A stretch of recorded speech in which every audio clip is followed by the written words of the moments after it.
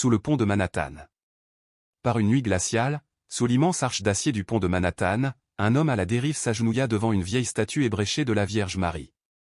La neige tombait doucement, pareille à une poussière d'ange, tandis qu'il déposait à ses pieds la dernière pièce qu'il possédait et le dernier écho d'une vie autrefois pleine, désormais réduite au silence. Quelques heures plus tard, la statue se mit à luire. Certains parlèrent d'un simple reflet. D'autres jurèrent que c'était le ciel lui-même qui s'était ouvert. Mais pour ceux qui étaient là cette nuit-là, ce qu'ils virent changea à jamais non seulement un quartier de New York, mais aussi une âme perdue. New York ne dort jamais, dit-on. Et pourtant, durant les nuits d'hiver où le vent traverse les avenues comme une lame, même la ville semble se taire, comme si elle retenait son souffle. Sous le pont, au milieu des piliers de fer suintant d'humidité, Daniel Brooks avait trouvé son refuge, quelques cartons imbibés de pluie et une foi depuis longtemps éteinte. Il n'avait pas toujours vécu ainsi. 10 ans plus tôt, il dirigeait des chantiers, la voix forte, le regard assuré. Il croyait en la force de ses bras, non en celle de Dieu. Mais un accident lui brisa la colonne vertébrale de sa vie, le travail perdu, les factures accumulées, la maison saisie. Et la bouteille, enfin, acheva de lui voler sa dignité. La ville l'oublia. Des milliers de pas passaient près de lui sans jamais s'arrêter. Il apprit à devenir invisible. Chaque soir, Daniel errait jusqu'à l'arrière de l'église Sainte-Agnès, fermée depuis des années. Les grilles étaient rongées de rouille, le jardin envahi de mauvaises herbes. Dans un coin, à moitié caché par des lianes, se dressait une statue de la Vierge Marie. La peinture s'était écaillée, le visage était noirci par la suie, mais ses yeux restaient étrangement vivants. Daniel s'y arrêta un soir, puis revint le lendemain. D'abord pour tuer le temps, ensuite par habitude. « T'as déjà eu froid, toi » murmura-t-il parfois. « Tu sais ce que c'est, la faim » Personne ne répondait, bien sûr. Mais certaines nuits, quand la ville semblait morte, il lui semblait qu'elle l'écoutait. Dans sa poche, il gardait un trésor, une pièce d'argent, souvenir de sa mère. Elle lui disait souvent, « Quand tu seras perdu, donne cette pièce à Marie. Elle te retrouvera. » Pendant 20 ans, il l'avait gardée, non parfois, mais parce qu'elle était tout ce qui restait d'elle. Et cet hiver-là, pour la première fois, il se demanda si sa mère n'avait pas eu raison. Sainte-Agnès dormait dans la poussière du temps. Les champs s'étaient tus, remplacés par le cri des pigeons. Mais dans ce silence, Daniel découvrit une paix étrange, une immobilité sacrée. Souvent, il s'endormait au pied de la Vierge, la tête posée contre la base fissurée. Elle semblait attendre, les bras ouverts, prête à recueillir toute la douleur du monde. « Tu dois être fatigué de nous voir tout gâché, hein » soufflait-il. Rien ne bougeait, et pourtant il continuait à parler, soir après soir. Il lui racontait l'accident, les nuits glacées, la honte, la solitude, la rage. Une nuit, plus froide que toutes les autres, un vent brûlant de glace s'engouffra sous le pont. Daniel serra son manteau en lambeaux et leva les yeux vers elle. « Je parie que t'écoutes pas les types comme moi, hein ? Moi non plus, à ta place, je le ferais pas. » Soudain, il sentit une chaleur. Pas celle du corps, ni du vent, mais une tiédeur douce venue de l'intérieur, accompagnée d'une voix murmurante si ténue qu'il crut d'abord l'imaginer. « Donne-moi ce qu'il te reste. » Il se figea, scruta l'obscurité. Rien que le vent et le grincement du portail. Pourtant, les mots résonnèrent encore, profondément, comme un battement de cœur. « Ce qu'il me reste » rit-il amèrement. « J'ai plus rien, ma belle. Plus rien. » Mais les mots restèrent. Avant l'aube, il sut exactement ce qu'elle lui demandait. Cette nuit-là, la neige tombait plus dense. Daniel revint s'agenouiller devant la statue. Ses mains tremblaient si fort qu'il peinait à tenir sa cigarette. Il sortit la pièce d'argent, polie par des années de misère. C'était son dernier lien avec l'amour d'une mère, la seule preuve qu'il avait un jour compté pour quelqu'un. Les mots revenaient, « Donne-moi ce qu'il te reste. » Il contempla la pièce sous la lumière jaune d'un lampadaire. « C'est ça que tu veux » souffla-t-il, la voix brisée. « C'est rien, rien du tout. Comme moi. » Mais quelque chose dans le regard de Pierre le retint. Le vent s'était tu. Daniel ferma le poing sur la pièce. « Si t'es réel, prends-la. J'ai plus rien à perdre. » Il posa la pièce à ses pieds. Un simple tintement résonna, clair comme une prière. Puis plus rien, pas de lumière, pas de voix. Seulement le sifflement du vent entre les barreaux. Comme je m'y attendais, grommela Théil. Il se retourna pour partir. Mais dans la fenêtre du presbytère abandonné, une lueur vacilla, brève, dorée. Quand il cligna des yeux, elle avait disparu. Alors il haussa les épaules, resserra son manteau et s'enfonça dans la nuit. De l'autre côté de la rue, une vieille veuve, Martha Collins, observait la scène depuis sa fenêtre. Elle vit l'homme s'agenouiller, la pièce briller, et une étrange lueur traverser la neige. Sans trop savoir pourquoi, elle murmura une prière oubliée. « Je vous salue Marie, pleine de grâce. » Et tandis qu'elle priait, quelque chose sembla s'éveiller dans la statue. Vers 3 heures du matin, Martha se réveilla en sursaut. Son appartement était plongé dans l'obscurité, la ville silencieuse. Pourtant, une lumière chaude filtrait à travers ses rideaux. Elle écarta le tissu et resta pétrifiée. La statue de la Vierge brillait. Pas un reflet, une lueur dorée, profonde, presque vivante. Elle inondait la cour, la grille, les marches brisées. Et à ses pieds dormait l'homme, Daniel, enveloppé d'un halo de lumière. Martha sentit cette chaleur jusque sur son visage. Elle se signa, les larmes aux yeux. Mon Dieu! Elle crut d'abord à un incendie, saisit son téléphone d'une main tremblante. La statue, elle brille. Quand l'officier Miguel Ramirez arriva, la lueur s'était atténuée, mais un éclat doré flottait encore dans l'air. Le sol autour de Daniel avait fondu, dessinant un cercle parfait dans la neige. Ramirez s'accroupit, toucha son épaule. « Monsieur? Vous allez bien ?» Daniel entr'ouvrit les yeux. « Elle vous a parlé aussi ?» murmura-t-il. L'officier resta muet. Et tandis qu'il le relevait, un parfum de rose emplit l'air glacé. Aucun d'eux ne sut d'où il venait. Ramirez éteignit sa lampe, contemplant la statue. « On devra rédiger un rapport, » souffla Théil, sans y croire lui-même. Mais au fond de lui, il savait qu'ils avaient assisté à quelque chose qu'aucun rapport ne saurait contenir. L'aube monta lentement sur l'East River. La neige étincelait, les immeubles se teintaient d'or. Daniel se réveilla, engourdi, mais réchauffé. Sous ses doigts, la pierre semblait tiède. À ses pieds, à moitié enfouie dans la neige, reposait la pièce. Il la ramassa, elle brillait comme neuve. L'effigie de la Vierge était nette, les lettres parfaites, comme fraîchement gravées. La pièce était chaude. « C'est pas possible, » souffla Théil. Une voix l'interpella derrière la grille. « C'est vous, l'homme d'hier soir ?» C'était Martha, son manteau serré sur ses épaules. « J'ai appelé la police. » Il y avait de la lumière, toute la nuit. Pas du feu. Une lumière d'or. C'était magnifique. On aurait dit qu'elle respirait. Daniel ne trouva rien à dire. Il toucha du bout des doigts le pied de la statue, une chaleur douce jaillit, traversant son torse, emplissant ses yeux de larmes. « Peut-être que tu m'as vraiment entendu, » chuchota Théil. Martha pleurait elle aussi. Sur le visage de Pierre, une fine goutte d'eau glissa lentement, telle une larme. À midi, la rumeur s'était propagée dans tout le quartier.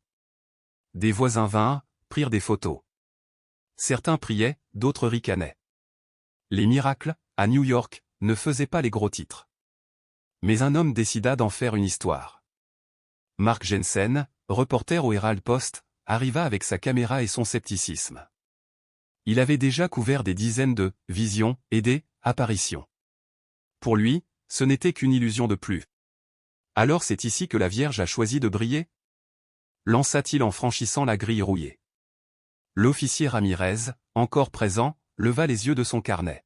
« Personne ne parle de miracle, » dit-il calmement. « On dit juste qu'on ne comprend pas. » « Tout s'explique, » répliqua le journaliste. « Il suffit de chercher la bonne lumière. » Il examina chaque recoin, aucun projecteur, aucun miroir, aucune source possible.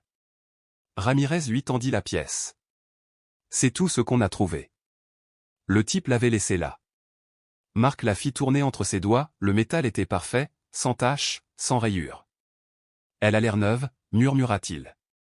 Martha, à quelques pas, répondit doucement. Elle ne l'était pas hier. Le journaliste l'ignora et filma la statue. Mais lorsqu'il zooma sur le visage de la Vierge, son écran vacilla, 2 fois, 3 fois, avant de se figer sur une image où les yeux semblaient briller. Il en resta muet. puis secoua la tête. Une coïncidence. Rien d'autre. Pourtant, en rangeant sa caméra, il ne put s'empêcher de se sentir observé. 2 jours plus tard, le diocèse envoya un prêtre examiner les faits. Le père Thomas Rivera, 70 ans, silhouette frêle, visage empreint d'une douceur tranquille. 40 ans de sacerdoce lui avaient appris à distinguer les faux prodiges des vrais signes, ceux qui ne changent pas la pierre, mais le cœur. Daniel lui montra la pièce, enveloppée dans un vieux tissu. Ses mains tremblaient.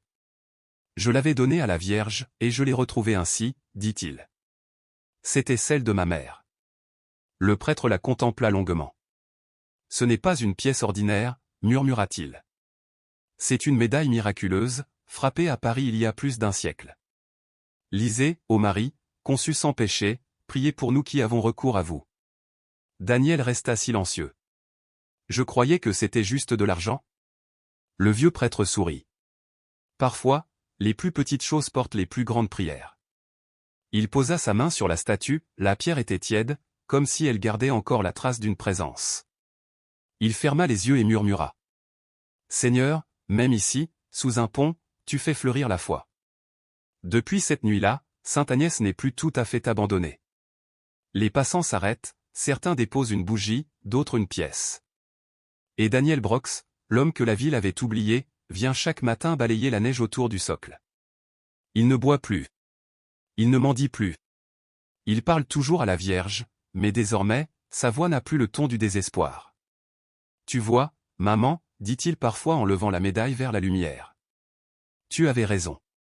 Elle m'a retrouvé. » Et sous le pont de Manhattan, quand la neige recommence à tomber, il arrive encore que la statue semble frémir doucement, comme si une lueur dormait toujours dans son cœur de pierre à la trace discrète d'un miracle que seuls les humbles savent reconnaître.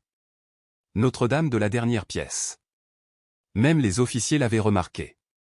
Le vieux prêtre s'agenouilla dans la neige fondue, joignit les mains et murmura une prière. Puis il leva les yeux vers Daniel. « Ce n'est pas ce que tu as donné, mon fils, dit-il doucement. C'est le cœur avec lequel tu l'as donné. » Daniel baissa la tête, les yeux embués. « C'était tout ce qu'il me restait. » Le prêtre sourit avec tendresse. « C'est justement pour cela que le ciel t'a vu. » Il se releva, épousseta sa soutane et ajouta. « J'en ferai le rapport au diocèse. Mais souviens-toi, Daniel, les miracles ne commencent pas toujours dans les statues. Ils commencent ici. » Et du bout de ses doigts, il toucha sa poitrine, là où bat le cœur. Cette nuit-là, tandis que le père Thomas s'éloignait au volant de sa vieille voiture, il jeta un dernier regard vers la silhouette sombre de Sainte Agnès.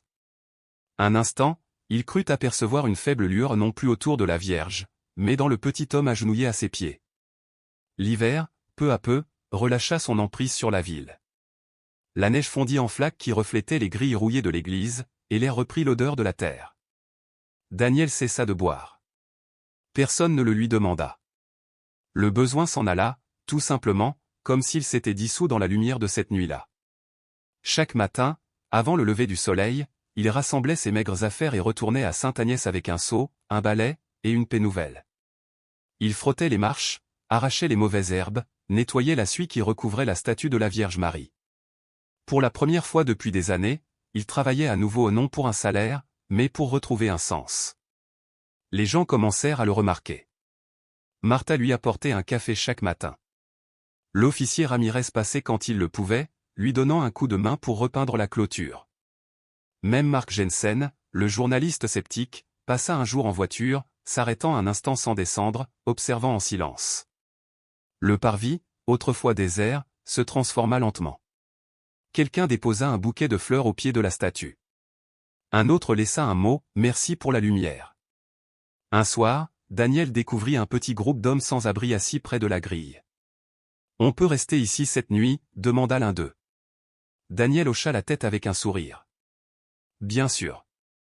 Il y a de la place pour tout le monde ici. » Ils partagèrent une soupe chaude, quelques prières timides pour certains, les premières depuis des années. La rumeur se répandit doucement, Sainte Agnès renaissait. Le père Thomas revint souvent. Chaque fois, il trouvait Daniel occupé à balayer ou à prier. Un jour, il lui dit : « Tu sais, je crois que cette église avait autant besoin de toi que toi d'elle. » Daniel rit doucement. « J'aurais jamais cru finir concierge du bon Dieu, père. La sainteté commence petit, répondit le prêtre. Parfois avec un balai, parfois avec une pièce. Ce soir-là, alors que le soleil se couchait derrière les gratte-ciel, la dernière lueur du jour toucha le visage de la Vierge. Et l'espace d'un souffle, on aurait juré qu'elle souriait. Pendant plusieurs jours, Mark Jensen ne parvint pas à chasser cette histoire de son esprit. Il avait pourtant bouclé son article. Un sans-abri affirme que la statue s'est mise à briller après qu'il y a déposé une pièce. L'article avait fait le tour du net. Les commentaires s'étaient enflammés, moqueries, prières, débats sans fin. Son rédacteur en chef jubilait. Mais Mark, lui, ne parvenait pas à tourner la page. Quelque chose de cette nuit-là le hantait, le parfum de rose, le silence irréel, la lumière sur le visage de Daniel. Il essaya de reprendre ses enquêtes politiques, ses dossiers d'affaires, ses faits divers. Mais chaque soir, l'image revenait. Un jour, il ralluma les vidéos de cette nuit, image par image. Et juste au moment où Daniel déposait la pièce, il vit un éclat fugace, pas de phare, pas de lampe, rien d'identifiable. Une lueur douce, dorée, qui emplissait le cadre pendant une fraction de seconde, avant que la caméra ne se brouille. Mark resta figé devant l'écran. Le visage de Daniel, agenouillé, semblait baigné d'une paix surnaturelle. Et pour la première fois, le journaliste ne sentit plus de scepticisme. Il sentit sa petitesse. Le lendemain matin, il retourna à Sainte-Agnès. Pas de caméra, pas de bloc-notes. Juste lui. Daniel balayait les marches. « Vous êtes revenu » dit-il avec un sourire tranquille. Mark hocha la tête. « Ouais. Je crois que j'avais pas fini d'écouter. » Ils s'assirent côte à côte sur les marches, le soleil filtrant entre les nuages. « Qu'est-ce que t'as ressenti, cette nuit-là » demanda Mark enfin. Daniel leva les yeux vers la statue. « De la chaleur » répondit-il doucement. « Comme si quelqu'un se souvenait encore de moi. » La gorge du journaliste se serra. Il détourna le regard, les yeux humides. Ce soir-là, il écrivit une histoire différente, non pour le journal, mais pour lui-même. Il la titra « La lumière qui n'avait pas besoin de preuves ». Le printemps arriva comme un pardon attendu. Après des mois de travaux, d'aides anonymes et de dons tombés de nulle part, le diocèse annonça la réouverture de la paroisse Sainte-Agnès. Personne ne sut vraiment d'où venait tout cet argent. Certains parlèrent d'un bienfaiteur secret. D'autres disaient que c'était simplement les gens du quartier, des petites pièces, quelques dollars, des prières offertes, formant ensemble quelque chose de sacré. Le jour de la réouverture, le soleil inonda les vitraux nettoyés, et la lumière joua sur les bancs fraîchement cirés.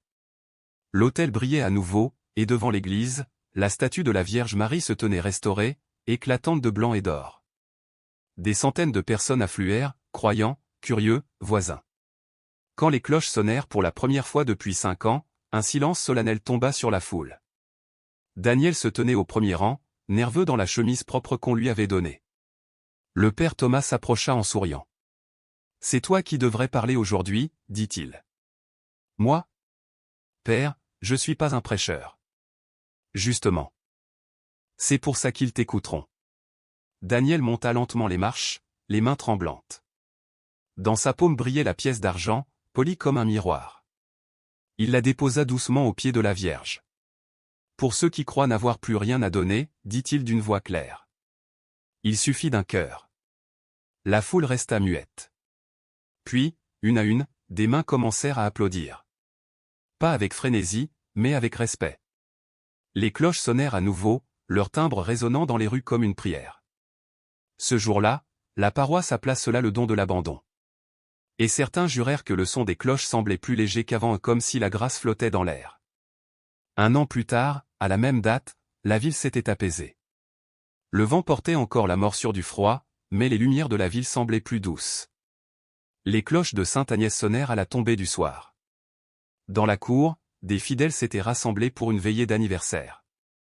Les bougies tremblaient, les prières murmuraient. Daniel, désormais gardien des lieux, se tenait en retrait, observant la foule. Il ne dormait plus sous les ponts. Il vivait dans une petite pièce derrière la sacristie, travaillait pour l'église, veillait sur le jardin et la statue. Mais il portait toujours la même humilité que celle de la nuit du miracle. Le père Thomas entama la dernière prière.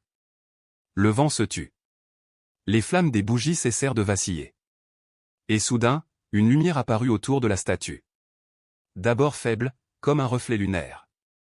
Puis plus vive, plus chaude, jusqu'à envelopper toute la cour d'une clarté dorée. Des exclamations jaillirent. Certains tombèrent à genoux. La lumière inonda tous les visages, les murs, le ciel. Et l'espace d'un instant suspendu, il sembla que le ciel venait toucher la terre. Daniel leva les yeux, des larmes plein le visage. « Merci, murmura-t-il. Merci de ne pas m'avoir oublié. » Puis, aussi soudainement qu'elle était venue, la lumière s'éteignit, ne laissant derrière elle qu'un silence profond et le son lointain des cloches se répercutant sur la ville.